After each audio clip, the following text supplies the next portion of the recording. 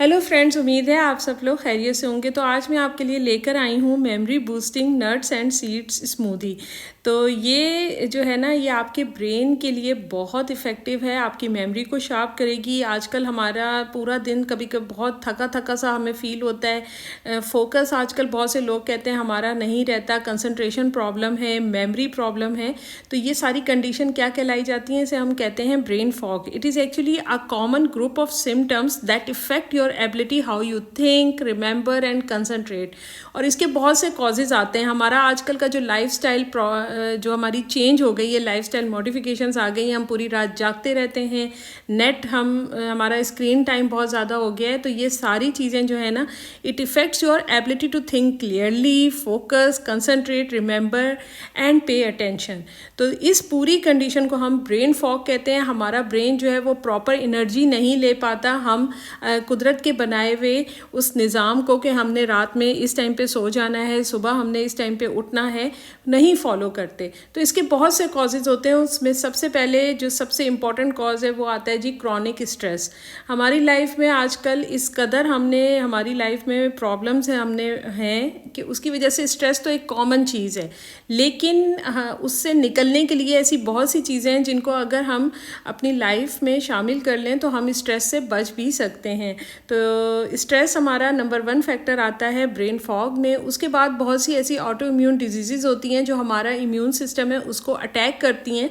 तो इसके साथ साथ बेचारा ब्रेन भी उसके जो है ना उसमें आ जाता है। तो उसकी वजह से भी, ऑटो इम्यून डिजीज़ की वजह से भी ब्रेन फॉग और पुअर कंसंट्रेशन होती है। सबसे इम्पॉर्टेंट कॉज आ गया जी हमारा लैक ऑफ स्लीप। अगर हम रात को टाइम पे नहीं सोते, हम 7 से 8 घंटे की नींद नहीं लेते, जो कि बहुत ज़रूरी हैं एक प्रॉपर हेल्दी बॉडी के लिए, ताकि हमारा जो ऑर्गन्स हैं वो उन तमाम जो होते हैं वेस्ट प्रोडक्ट्स होते हैं उनको जो है डिटॉक्सीफाई कर सकें, तो ऑटोमेटिकली हमारा ब्रेन फॉग होगा। उसके बाद too much screen time, specially बच्चों में। आजकल हम जो हैं वो बच्चों को उतना टाइम नहीं देते, उनको मोबाइल और टैबलेट्स पकड़ा देते हैं कि जी भाई तुम इन पे खेलो। तो उतने जो स्क्रीन टाइम जो होता है ना, इसकी ब्लू लाइट आपकी ब्रेन के उन एरियाज़ को इफ़ेक्ट करती है, जिसकी वजह से हमारा पूरा दिन जो है ना वो फिर इसी तरीके से गुजरता है कि आपकी मेमोरी भी इफ़ेक्ट होती है और आपकी जो है कंसंट्रेशन और जो वो होती है परफॉर्मेंस, उसको बहुत इफ़ेक्ट करता है। तो इसके लिए हमने जो इंग्रेडिएंट्स इस स्मूदी के लिए लिए हैं, ये वो तमाम इंग्रेडिएंट्स हैं जो आपके ब्रेन को जो है ना एनर्जी देंगे, आपकी मेमोरी को शार्प करेंगे। तो उसमें सबसे पहले आता है जी, एक हमने लेना है इसमें banana is the natural source of vitamin K and B6, so it supports your brain function. उसके बाद आ जाएंगे जी हमारे कैश्यू, जो हमने 4 लिए हैं। It is rich in healthy fats, it improve your memory capacity and reduce brain fog. 2 अदद हमने डेट्स ली हैं। Date provides you a natural sugar and fibre for an energy boost. तो overall it promotes mental clarity and focus. फिर हम देते हैं जी pumpkin seed is rich in zinc, magnesium and healthy fats.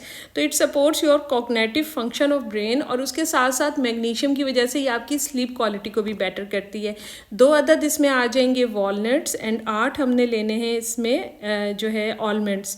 So they are also packed with omega-3 fatty acid and vitamin E, and it is very important for your healthy brain and memory.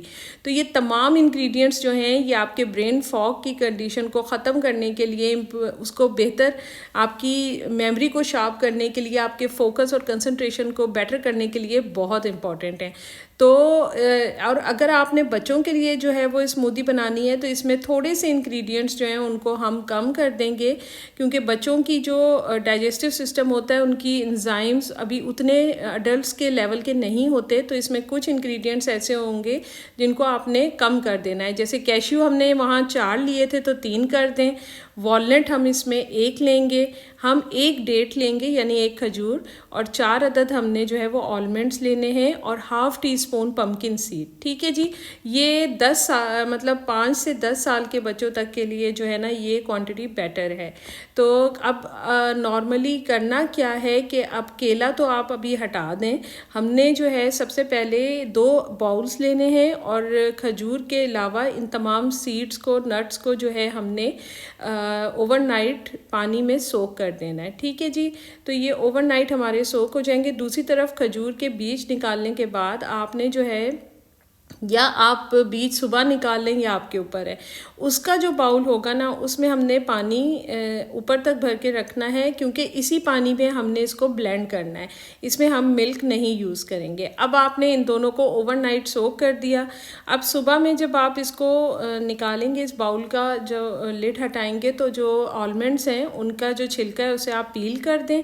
और ये मैंने इसके खजूरों के बीज जो है वो निकाल दिए हैं। और अब जो इसका पानी है जिसमें मैंने खजूरों को सोक किया था, इसी पानी में मैं इसको ब्लेंड कर दूंगी। ठीक है जी, और ये देखें हमारी इंतहाई टेस्टी मज़ेदार सी स्मूदी बन के रेडी हो गई है। अगर आप चाहें तो इसके ऊपर हनी ड्रिजल कर सकते हैं, अदरवाइज़ खजूर में इतनी शुगर होती है कि आपके लिए ये काफ़ी है। तो उम्मीद है जी आपको हमारी ये रेसिपी पसंद आई होगी, इसको ज़रूर ट्राई करिएगा और फिर हम आपसे मिलते हैं। तब तक अल्लाह हाफिज़।